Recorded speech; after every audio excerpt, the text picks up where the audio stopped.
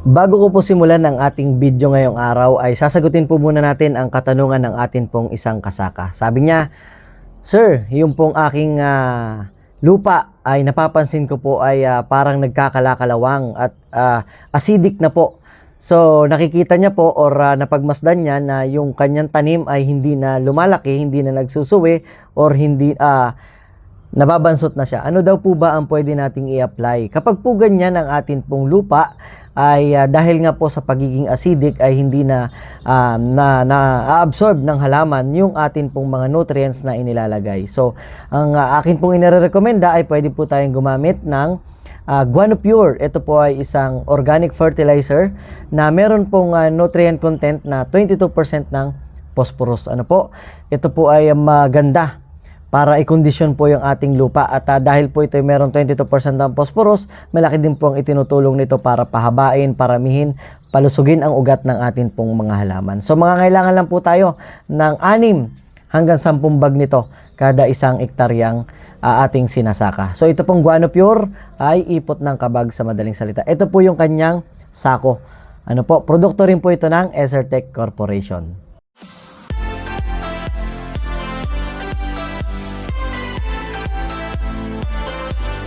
Isang magandang araw na naman po mga kasaka. Kamusta po kayo? Ako po muli ito, ang inyong agriculturist, sumasaludo sa magsasakang Pilipino para sa Pilipino. So, mga kasaka, kamusta po? Kamusta po ang atin pong mga sinasaka? Kamusta po ang atin pong mga tanim na palay?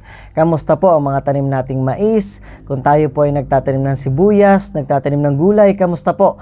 At sa lahat po ng iba pa nating mga itinatanim sa atin pong mga sakahan ay kamusta po ngayon ang inyo pong mga tanim?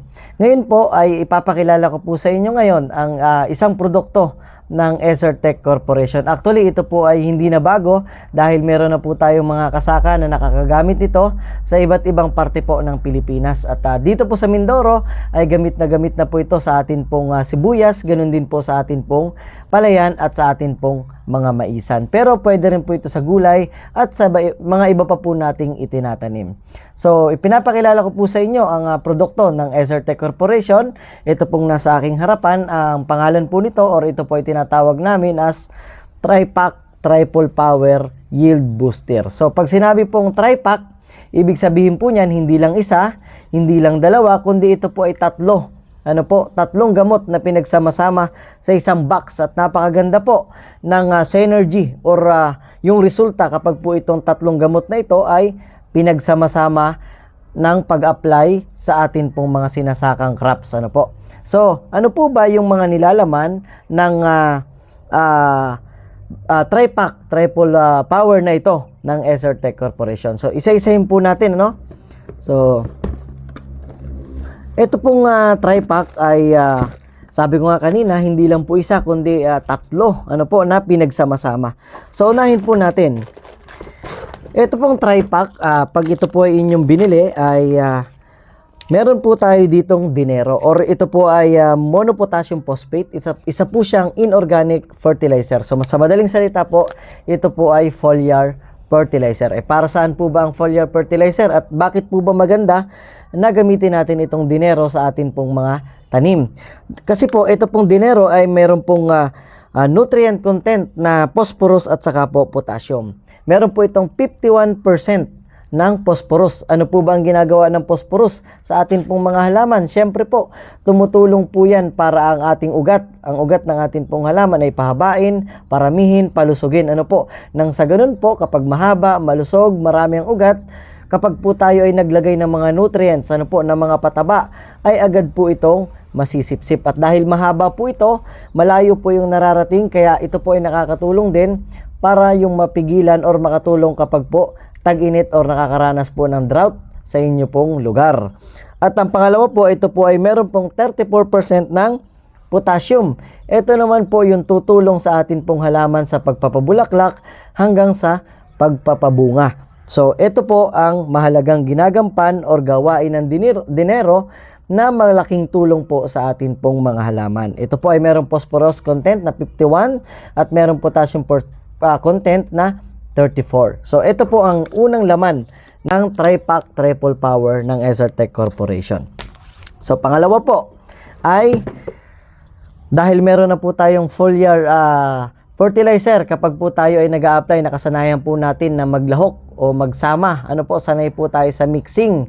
Ano po, nilalahokan po natin ito ng pwedeng insecticide, pwede rin pong fungicide. So ito pong pangalawa, ang pangalan po nito ay El Barrera. Ito naman po ay isang protective fungicide at pwede rin po itong curative. Ang active ingredients po nito, kung inyo pong itatanong, ay ito po ay pyraclostrobin. At napakaganda po nito at malaki ang itinutulong po sa pagsugpo or para gamutin, pigilan po yung mga sakit na dumadapo or umaatake sa atin pong mga halaman. For example po sa palay, makikita po natin ay kayang-kaya niya pong kayang-kaya niya pong iwasan or gamutin yung pong mga rice blast. Ano po, pwede rin po ito sa kung tayo po ay merong banana plantation. Pwede rin po ito at sa iba pa po nating mga crops na itinatanim. So una, foliar fertilizer at ang atin naman pong fungicide.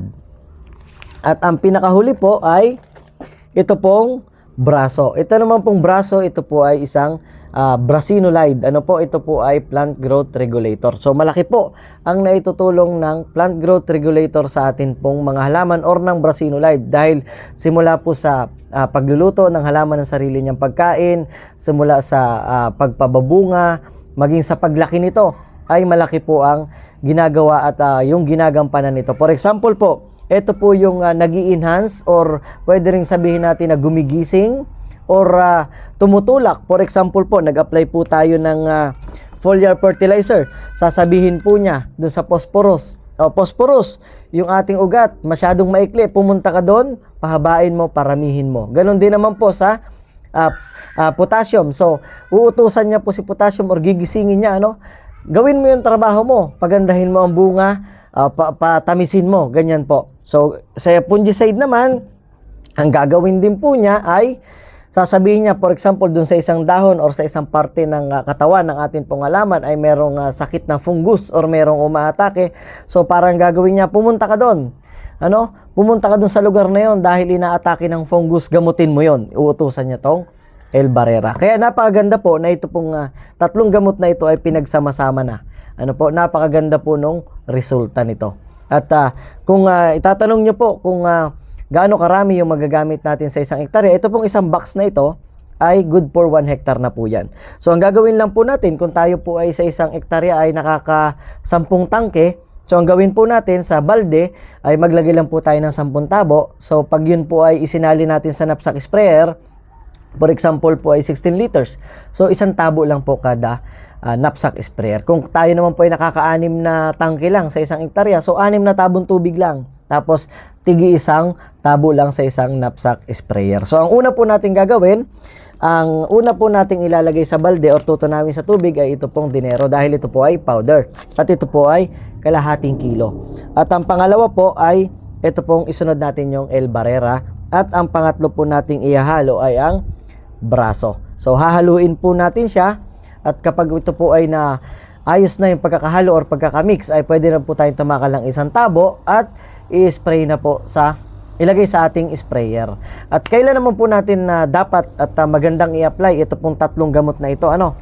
So for example po ay sa palay, ito po ay 30 days, ano? Ang pangalawa naman pong application na ito ay depende po sa variety, dahil iba-iba po ang maturity date ng atin pong mga palay, ng atin pong mga halaman. So ang pinakamainam po nito, kung kayo po ay bumibisita sa atin pong mga palayan, ay tingnan nyo po yung ating pong palay kung ito ay nagbubuntisan na. Ano po? Doon sa mga common po na palay ay ito po ay naglalaro sa 60 to 65 days. Pero mas mainam po na bisitahin ninyo, makikita nyo naman po yung sa may puno, sa may stem, kung ito po ay nagbubuntisan na or malapit na pong maglabasan yung mga uhay ng palay. So napakaganda po nito dahil kapag po ito ating in-spray, ano, ito po yung mula doon sa puno po ng uhay ay meron pong laman, ano.